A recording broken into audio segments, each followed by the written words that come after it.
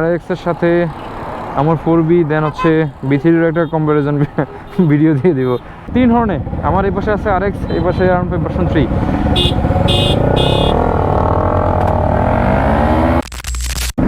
Hello দাদা, আসসালামু আলাইকুম, this is Farhad, welcome to my YouTube channel the Timeliner. আজকে আমার সাথে দেখছেন একটা RX 115cc বাইক। এটা জাপানিজ একটা ভার্সন। বাইকটাতে মোটামুটি এখনও খুব ভালো একটা পাওয়ার আউটপুট আছে। এটা ইঞ্জিন প্রায় হচ্ছে 30 থেকে 35 বছর আগের একটা ইঞ্জিন, একটা বাইক। এটাতে এখনও নতুনের মতো পাওয়ার, এর সাউন্ড কোয়ালিটি সব কিছু একবারে টপ নচ, একবারে নতুনের মতোই আছে এখনও। তো এই বাইকটা বিল্ড করছে আমার একটা ছোটো ভাই।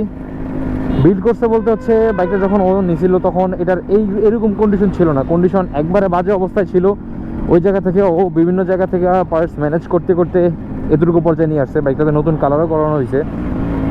চলে আসছি আমরা মতলব ব্রিজে। এখানে RX এর সাথে আমার 4B দেন হচ্ছে B3-এর একটা কম্পারিজন ভিডিও দিয়ে দিব।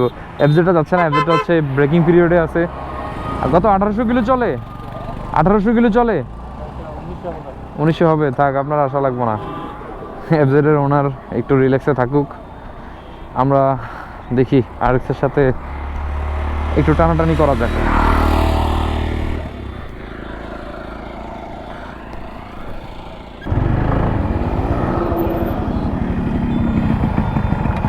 বেশি হার্ড অ্যান্ড সোল ট্রাই করার দরকার নাই, নিজের রিস্কে যতটুকু পারো।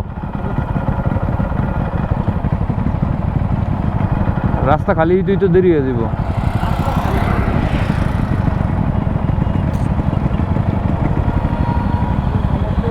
একজন আরেকজনের স্পেস দিয়েন, একজন আরেকজনের স্পেস দিয়েন।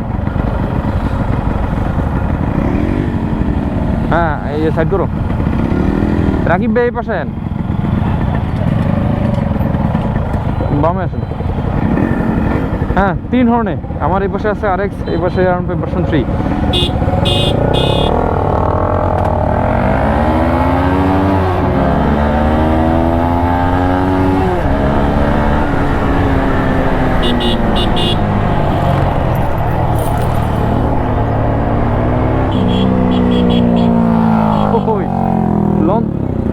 হ্যাঁ, লঞ্চিংয়ে ঝামেলা হয়েছে, লঞ্চিংয়ে ঝামেলা হয়েছে। আচ্ছা, এবার আমি তুমি একটা দিয়ে দিই।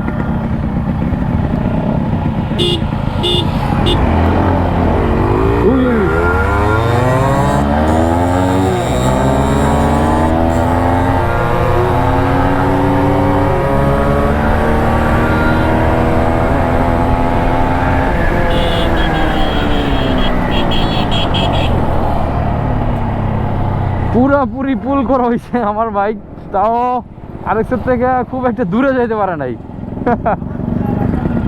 আবার হ্যাঁ, দুইজন দেই ভাই, রাস্তা দুইজন দেই, রাস্তা শর্ট।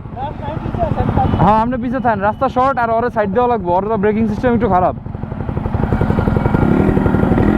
এদিকে ঘুরে আবার